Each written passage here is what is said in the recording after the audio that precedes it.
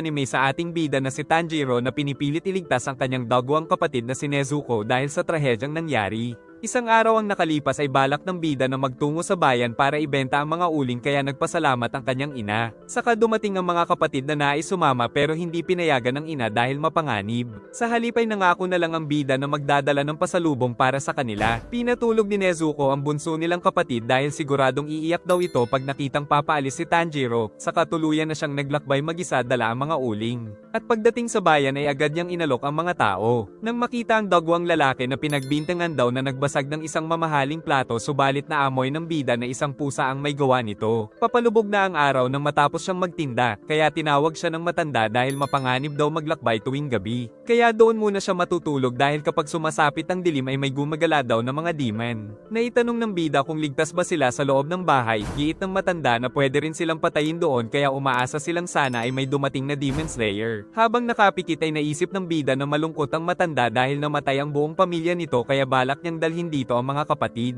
Kinabukasan ay agad siyang naglakbay pabalik sa kanilang bahay nang makaamoy siya ng dugo. Nang makita na ito ay sila Nezuko at pagpasok niya sa loob ay pinatay pala ang kanyang buong pamilya. Si Nezuko na lang ang nakaligtas kaya ginagawa niya ang lahat para makasurvive ito. Kaya kahit hindi na siya makahinga ay hindi pa rin tumitigil sa pagtakbo. Subalit nang maging isang demon si Nezuko ay nahulog ang magkapatid sa malambot na snow. Pero inatake siya nito kaya naalala ang sinabi ng matanda tungkol sa mga demon saka lumaki din ang katawan nito at mas lumakas. At naiyak na lang ang bida nang maisip na pinagpapatay sila ng demon habang wala siya. Ngunit napaiyak din si Nezuko kaya nalaman ng bida na hindi pa nawawala ang pagiging tao nito. Kaya nang sumugod si Giyo ay iniligtas niya ang kapatid.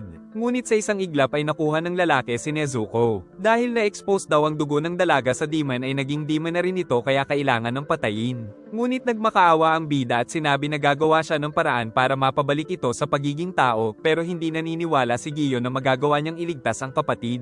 Kaya sinaksak niya na ang demon ngunit pinagbabato siya ni Tanjiro tapos sumugod siya ngunit napabagsak lang ng Slayer. Subalit dumating ang axe na muntik na siyang tamaan. Dahil dito ay napagtanto ni Giyo na mautak pala ang binata sa strategy. Nasipa naman siya ni Nezuko at pinrotektahan niya si Tanjiro laban sa Demon Slayer. Ngunit naisip ni Giyo na kapag nagutom ito ay kakainin din ito si Tanjiro. Pero naisip din niya ang posibilidad na kakaiba ito sa ibang demon kaya hindi niya ito pinatay. Nang magising ang bida ay nandoon pa rin si Nezuko saka sinabi ni Giyo na magtungo sila sa Mount Sigiri at hanapin si Tandang Sakonji saka ito naglaho. Tapos inilibing ni Tanjiro ng maayos ang kanyang pamilya bago sila naglakbay. Nais ng bida na magbayad sa sirang bag at mga materyales pang ayos nito ngunit kahit libre na lang daw ito ay pinilit pa rin niyang magbayad.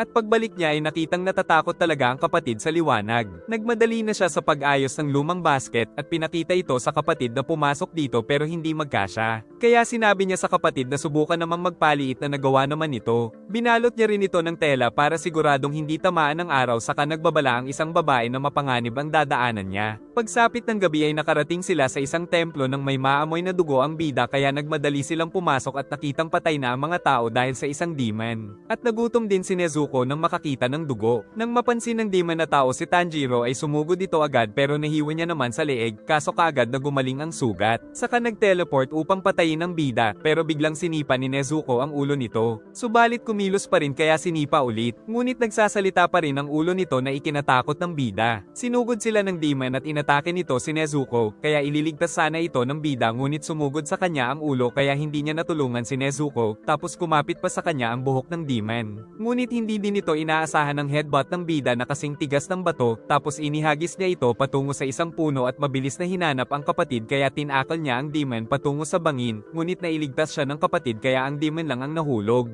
Pero nang kailangan niya ng patayin ng demon ay hindi niya ito magawa. Sinabi naman ng matanda na hindi niya ito mapapatay gamit ang kutsilyo. Kaya naisip ng bida na kailangan niya itong paluin ng bato pero naaawa pa rin siya kaya naisip ng matanda na wala siyang pag-asa. At nang magising ang demon ay agresibo pa rin ito ngunit dahil sa araw ay tuluyan itong naglaho. Si Nezuko naman ay nagtago sa loob ng bahay dahil natatakot sa sikat ng araw. Inilibing ng matanda ang mga namatay at alamang ito rin pala si Sakonji na pinapahanap sa kanya ni Giyo. Saka sinampal siya ng matanda dahil nagdalawang isip na patayin ang demon. Ngunit binigyan pa siya nito ng pagkakataon na maging miyembro ng Demon Slayer Corps. Kaya tumakbo ng mabilis si Sakonji at kailangang hindi siya maiwan. Saka nangako sa kapatid na gagawin niya ang lahat. Pagod na pagod ang bida ngunit hindi pa pala ito ang simula ng pagsubok. Kaya iniwan nila si Nezuko at umakyat sila sa bundok ng walang tigil hanggang sa parang ikakamatay na daw ni Tanjiro sa sobrang pagod at